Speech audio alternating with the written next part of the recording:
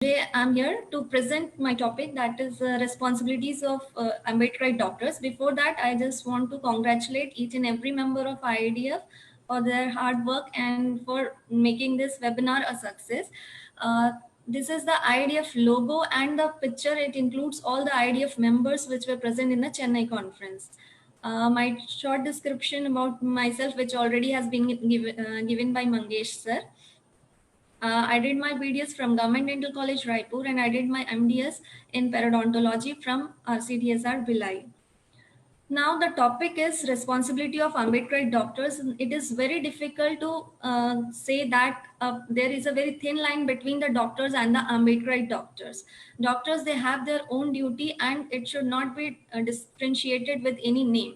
But still there are certain factors which should be noticed by everyone regarding that.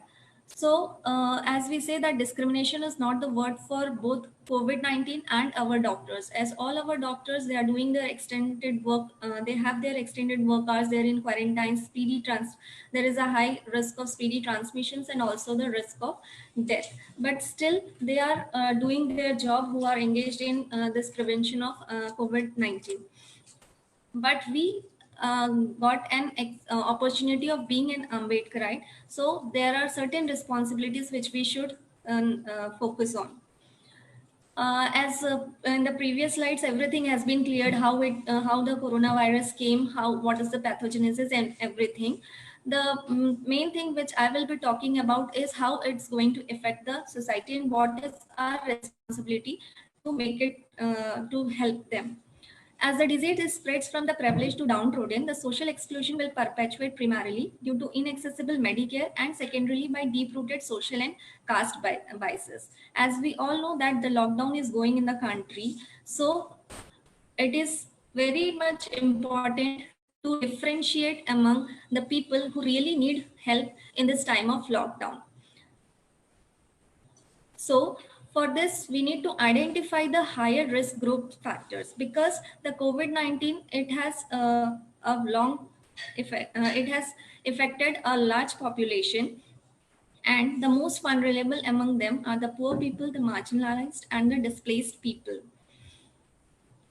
Now, how to know about this people? This is a very short description I'm telling you, as every Ambedkarite knows this, that the India has been grouped under scheduled caste and scheduled tribes according to our Indian constitution, and these two tribes are living in long term of segregation, and this the treatment of COVID also has created and a more of this scenario, that is a lot of segregation among the groups. As we all know, the jobs that the Dalits and Adivasis have been forced to do are the cleaners, manual scavengers, waste pickers, which expose them to a greater risk of catching the virus. This is a picture showing a sanitation worker collecting garbage and clean sewers, often without mask, gloves, or boots, just because of having a risk of losing income. The thing that is this gloves which is provided by the government is working, but there are certain, apart from government, there are certain NGOs, social organizations also, those who are working for helping such type of people, such peoples. Another risk factor is migration, because it also poses a spreading an outbreak, as sudden population movement can have destabilizing effects, and migrants face elevated health risks arising from poor sanitation, poor nutrition, and other stressors. This is a recent picture. I think everyone is familiar, and daily on the televisions or in newspapers, we come across such type of pictures that several peoples are moving or walking hundreds of kilometers to reach their home. These peoples facing lot of problem during this time, related to health, also related to their hunger. They have to eat such foods which are rotten, discarded, just because to live their life and to reach their place. Also, the homeless people, they are unable to get shelter in place. They are also highly exposed to the danger of virus. People without access to running water, refugees, migrants, or displaced persons also is trying to suffer disproportionately both from the pandemic and its aftermath, whether due to limited movement, fewer employment opportunities, increased xenophobia. So at present, the condition is not good, but after pandemic also the condition won't be good. So we have to make plans, or we have to take such responsibilities to make the conditions much more better after this pandemic. This is the picture showing people getting food by several organizations who are coming forward to help them. Now, one more problem among the migrants or the homeless people, or the 80% of Indian workers that do not have access to healthcare or paid leaves. So, a large scale outbreak of infectious disease that have the direct and consequential social effects. It may cause already vulnerable social groups such as ethnic minority populations to be stigmatized and blamed for the disease and its consequences. Our previous speakers have already explained in detail about the stigma. So I think everyone is clear with the word stigma that arises just because of a new disease has arrived. One more example is that the migrant workers sprayed with disinfectant in one of the Indian state, which is again creating a stigma and fear among the peoples. Now, the consequences of COVID-19 arising from an extended lockdown, that is because of the social distancing and isolation. As psychologists are even talking of an epidemic of despair arising from a fever of unknown causes, resulting in serious anxiety and mental problems. This extended isolation can trigger a different kind of pandemic, even leading to possible suicidal tendencies, fits of anger, depression, alcoholism, and eccentric behavioral patterns. So, at this time, it is very important to have a balanced mind to deal with this situation. Now, coming to the main part, that is the responsibility. Being an Ambedkarite, according to me, I think that these three things are very much important to help our people to cope with this situation. That is to educate, manage, and communicate with our people.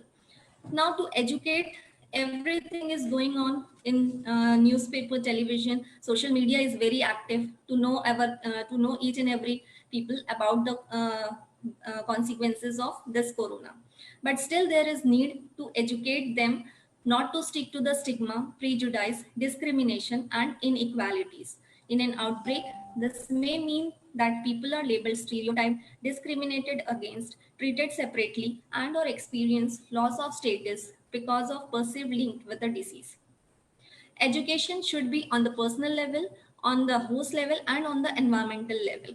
So it is our duty, being an Ambedkarite doctor, to educate people about this thing. Stigma, as we all know, this stigma is not related to only the marginalized or the lower people. Nowadays, it is very prevalent among the upper and the middle class people also, because this drives people to hide the illness to avoid discrimination. It prevents people from seeking healthcare immediately, and it discourages them from adopting healthy behaviors. Next is to manage. A lot of things are going on regarding the management of the disease.